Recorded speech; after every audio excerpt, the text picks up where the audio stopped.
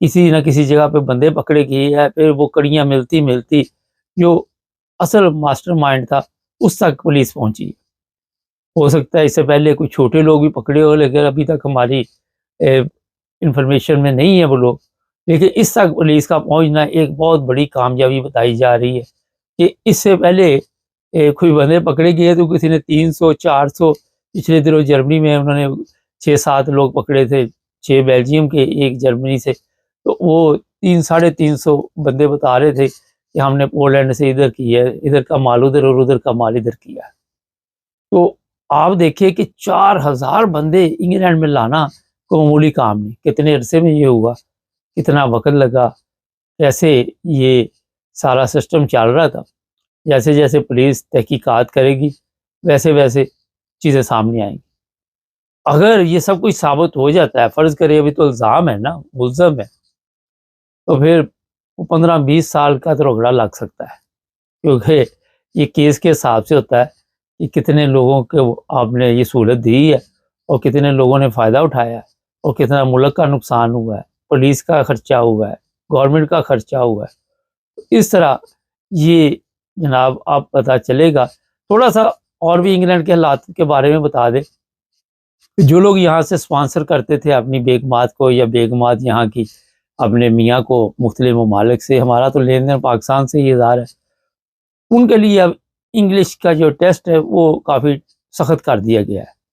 اور پہلے ذرا چلتا پھرتا ہلکا پھلکا تھا، اب جناب ان کو سخت ٹیسٹ دینا پڑے گا۔ اور جس طرح جرمنی میں لوگ آتے ہیں اور جرمن زبان کا ٹیسٹ دینا پڑتا ہے، پر انگلش ذرا آسان ہے جرمن کی نسبت، اتنا بڑا ایشو نہیں ہے، ہمارے عام الفاظ بھی کئی دفعہ انگلش کے بولے جاتے ہیں تو لوگ جلدی سیکھ جاتے ہیں انگلش، لیکن ٹیسٹ دینا پڑے گا۔ پھر یہاں پہ جب آئیں گے تو ان کے اوپر بھی گہری نظر رکھی جائے گی کہ یہ کس طرح کی زندگی گزارتے ہیں، لڑائی جھگڑا کتنی دیر تک یہ شادی چلتی ہے، تو ہوم آفس نے اب اس طرف بھی توجہ دینی شروع کر دی۔ پھر جو سیاسی پناہ والے ہیں ان کو بھی جتنی جلدی ہوتا ہے یہاں سے پکڑ کے واپس بھیجنے کا کام ہے۔ پچھلے دنوں مجھے اطلاع ملی تھی، پتہ نہیں 40 50 میں نے کہیں سے اطلاع ملی تھی کہ لوگوں کو انہوں نے واپس بھیجا ہے، اس میں پاکستانی بھی شامل ہوتے ہیں، ہر ملک کے لوگ شامل ہوتے ہیں، اور بڑی تعداد میں اس وقت پولیس جو ہے اس نے ہر جگہ پہ حالات کو اپنے سکنجے میں لیا ہوا ہے، شکنجے میں۔ تو وہ یہی اردو کے لفظ ادھر کے ادھر ہو جاتے ہیں لیکن آپ کو سمجھ آ جاتی ہے، مگر ایک آدھا بندہ ایسا بھی ہوتا ہے بڑی بریکی کے ساتھ پروگرام سنتا ہے، وہ پھر کامنٹس میں لکھتا ہے، اچھا لگتا ہے، ہم برا نہیں مناتے۔ تو انسان سے کچھ نہ کوئی چھوٹی موٹی غلطی ہوتی ہے تو وہ سیکھتا رہتا ہے۔ اب اگر سارا کچھ ہمیں آتا ہوا تو آپ کو ظاہر ہے پھر موقع نہیں ملے گا ہماری غلطیاں نکالنے کا۔ تو جناب یہ جو سیاسی پناہ والے ہیں ان کے لیے بھی حالات جو ہے وہ کافی سخت یہاں پہ کیے گئے ہیں، کیس منظور بھی ہو رہے ہیں۔ ہمیشہ میں آپ کو بتا دیتا ہوں کہ جو مذہبی طور پہ وہاں پہ مسائل ہے، کرسچن برادری ہے، احمدیہ ہے، اور بھی جن کو یہ پرابلم ہے، پی ٹی آئی والے بھی ہے،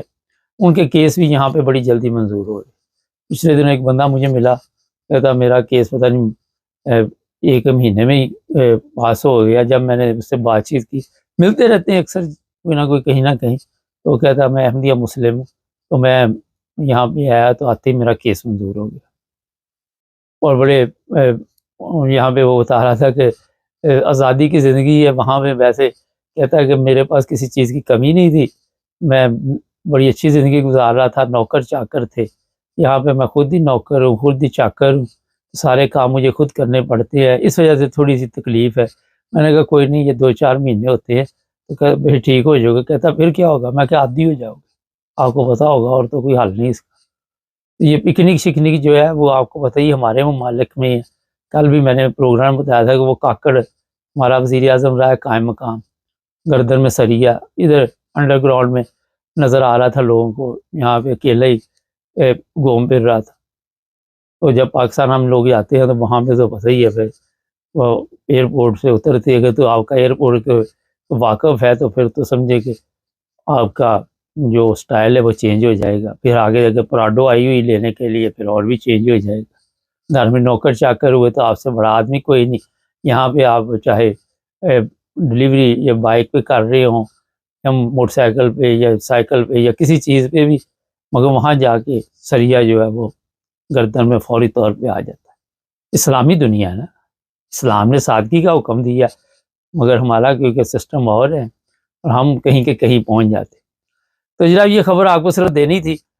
ساتھ تھوڑی گپ شپ بھی ہو جاتی ہے، تو اس لیے غلط کام نہ کریں۔ اور پھر میں یہ پروگرام کا نام بھی آپ کو بتایا کہ اب رکھ دیا ہم نے کہ یار اجے بھی بات۔ چینل کو سبسکرائب کریں، جڑے